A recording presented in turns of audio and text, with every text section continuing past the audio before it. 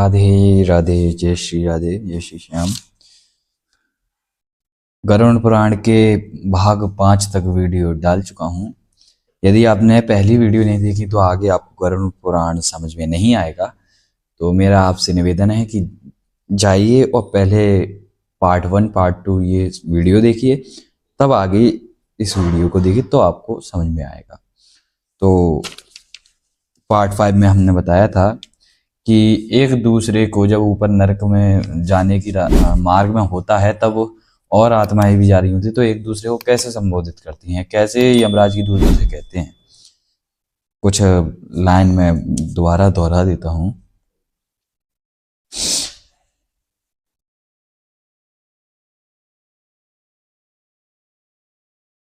हे पापी पुरुष, अर्थ बचाने से शास्त्र के नहीं माने, पुराण की कथा श्रवण नहीं की, पुराण के बनाने वाले व्यास की पूजा भी नहीं की, इसलिए हे जीवात्मा किए हुए कर्मों को भोगो।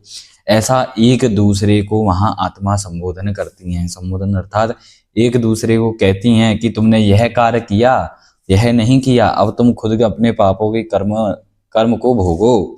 ऐसा एक दूसरे को कहती हैं। मैंने स्त्री जन्म धारण कर स्वामी का हित नहीं किया, प्रिय वचन भी नहीं बोली, और पतिव्रता धर्म से भी च्युत भी कि दिन गुरु का सत्कार भी नहीं किया, किसी दिन गुरु का सत्कार भी नहीं किया। इस कारण से हे जीवात्मा, तुम अपने किए हुए कर्मों को भोगो। ऐसा एक दूसरे को संबोधित करती हैं आत्माएं वहां ऊपर। अब किए हुए कर्मों को भोगो। धर्म बुद्धि से मैंने पति की सेवा भी नहीं की, पति के मरने के बाद सती भी नहीं हुई, विधवापन प्राप्त होने पर भी तप नहीं किया, इसलिए हे जीवात्मा तुम अपने किए हुए कर्मों को भोगो। स्त्री आदि जैसे किसी के पति का देहांत हो जाता है, स्वर्गवास हो जाता है, वो सती नहीं होती हैं या फिर विधवा होकर भी वो फिर अपने भजन पूजा में ध्यान नहीं लगाती हैं तो वह भी पाप की भागीदार हैं। तो हे किए हुए कर्मों को भोगो, हे पापी आत्मा अपने किए हुए कर्मों को भोगो। महीने के उपवास तथा बड़े विस्तार से नियम वाले चंद्रायण व्रत को भी नहीं किया। महीने में जो अपने माह में जैसे एकादशी के व्रत पढ़ते हैं 2 बार, अमावस्या पूर्णमासी आदि, इन 2 दिनों में भी कुछ लोग व्रत रखते हैं। तो यह अगर आपने नहीं किया तो वो भी आप पाप के भागीदार हैं। तो इन किए हुए कर्मों को भोगो। पूर्वजन के पाप कर्म से नारी का शरीर मैंने प्राप्त किया, जो शरीर व्याधि बहुत दुखी का पात्र है। हे गरुण वह प्रेत, आगे सुनिए, हे गरुण वह प्रेत अनेक प्रकार से विलाप करता हुआ पूर्व जन्म के किए हुए कर्मों को स्मरण करता हुआ विचार करता है कि अब मनुष्य देह कैसे प्राप्त हो। अंत में कहते हैं ना, अंत में पछताना क्या जब चिड़िया चुगे खेत, सुना होगा। उसी प्रकार जब वह मृत्यु हो जाती तब सोचता है कि अब मुझे मनुष्य देह कैसे प्राप्त हो। मनुष्य देह बड़ी दुर्लभ है। रामायण में गोस्वामी तुलसीदास ने भी कहा है,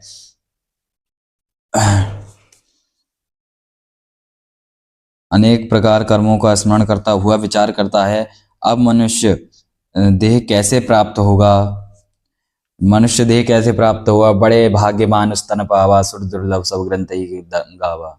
अर्थात गोस्वामी तुलसीदास जी ने बड़ी सुंदर ये चौपाई लिखी है कि बड़े भाग्यों से मनुष्य तन प्राप्त होता है, पाही न जेहि परलोक सवारा।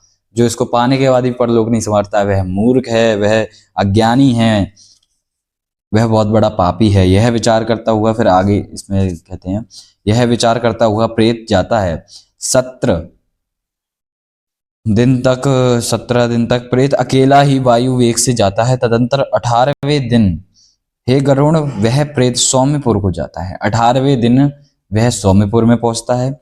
उसमें बहुत से गढ़ रहते हैं। वहां पुष्पभद्रा नाम की नदी है और वहां न्यग्रोध नामक एक राजा है। यह यम के दूत उस पुर में प्रेत को विश्राम कराते हैं। तब प्रेत वहां से दुखित होकर स्त्री पुत्र आदि द्वारा किए हुए सुख का स्मरण करता है। जिस समय प्रेत धन नौकर आदि सबका सोच करता है, उस समय वहां प्रेत और यमदूत सब इकट्ठे होकर उस प्रेत को ऐसे वचन कहते हैं, सुनिए हे मूर्ख। जब वह उस पुरी में पहुंचता है सौम्यपुर में, तो वहाँ उसे विश्राम के लिए कुछ समय दिया जाता है। तब जब वो विश्राम कर रहा होता है उस टाइम सभी जो गढ़ हैं उसके पास इकट्ठे होकर कहते हैं, हे मूर्ख, तू व्यर्थ सोच करता है। धन, भृत्य, पुत्र, स्त्री, मित्र, बांधव आदि तुम्हारे कोई भी नहीं है। इन संसार में तुम्हारा कोई नहीं है। अकेले ही आए थे, अकेले ही जाना है। तुम्हारा इस संसार में कोई नहीं है। आदि तुम्हारे कोई भी नहीं है। जीव अपने किए हुए कर्मों को आप ही भोगता है। कर्मों को लेके आता है, कर्मों को लेके जाता है। पिछले कर्म के प्रभाव से कुछ ना कुछ जन्म मिलता है, उसको लेके आता है, फिर उसको भोगता है। और फिर जब यहाँ जो कर्म करता है उसको लेके जाता है, फिर वहां उसको भोगना पड़ता है, फिर दोबारा नीचे आता है, फिर भोगता है। मरण जन्म मृत्यु का यह चक्र है। कर्मों को आप ही भोगता है, इसीलिए यमलोक के मार्ग में चलो। अहो परलोक पांथ यमराज के बल और यम के दूत हम हैं, जिनके बल को तू नहीं जानता। ऐसा यमराज के दूत कहते हैं, जिनके बल को तू नहीं जानता और यमराज दंड ना देवे ऐसा यत्न नहीं करता। इससे अब जिस मार्ग में लेना देना इत्यादि व्यवहार कोई भी नहीं, ऐसे मार्ग में हे प्रेत तुझे अवश्य चलना है। हे प्रेत, यमलोक का मार्ग को बालक पर्यंत सब जानते हैं, इसको तुमने कैसे नहीं सुना? और पुराणों के वचन भी ब्राह्मणों के पास तूने नहीं सुने। अर्थात उसको यमराज के दूत डराते हैं कि ऐसे जाएंगे, ये करेंगे, और तूने पुराण भी नहीं सुने। बच्चे बच्चे को पता है कि नर्क क्या है, और तूने ऐसा कैसे हो सकता है कि तूने पुराण नहीं सुने ब्राह्मण मुख से? क्योंकि पुराणों में नरक आदि का वर्णन बहुत प्रकार से किया गया है। दूत ऐसे वचन कहकर मुदगर से ताड़ना करते हुए तब प्रेत उछलकर ऊंचा चढ़े नीचे चढ़े जावे दौड़े, जिसको यमदूत पाश में बांध के खींचते हैं। ऐसा बोलने के बाद यम के दूत उसको मुदगल से मारते हैं। मुदगर से मारने के बाद वह चिल्लाता हुआ चीखता हुआ ऊपर चढ़ता है, इधर उधर भागता है। तो यमराज के दूत से जो पाश उसके गले में आदि यहाँ पे बंधा है उससे खींच लेते हैं, खींचते हैं। इस पुर में बैठा हुआ प्रेत मरने के बाद पैत्रादि को ने जो स्नेह से अथवा कृपा कर मानसिक पिंड दान किया, उस पिंड को भोगता है। मरने के बाद इस पुर से जब आगे जाता है तो पौत्रादि अर्थात मतलब नाती पंथी जो भी हैं, जो पिंड जो उसके निकालते हैं बच्चे, उसको स्नेह पूर्वक कृपा मानसिक पिंड को भोगता है। तदंतर सौरीपुर को जाता है, जिस पुर में काल के रूप को धारण करने वाला जगमनाम वाला राजा रहता है। जिससे प्रेत भयभीत हो विश्राम चाहता है। उस पुर में प्रेत के पुत्रादि को ने जो त्रैपाक्षिक पिंडदान किया, उस अन्न युक्त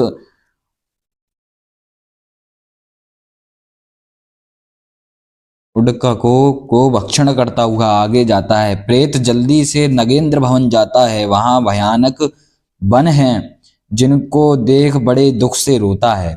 निर्दयी यमदूत के पास से खींचा हुआ प्रेत 2 मास में रोता हुआ जाता है। वहां बांधवों के दिए हुए मानसिक पिंड को और जल को भोग यमदूत के पास द्वारा आगे जाता है। तीसरे महीने में गंधर्वपुर को प्राप्त हो त्रैमासिक पिंड को गंधर्वपुर में भोग आगे चलता है। तो इस वीडियो को यहीं स्टॉप करते हैं। आगे पार्ट 7 में आगे मैं आपको बताऊंगा।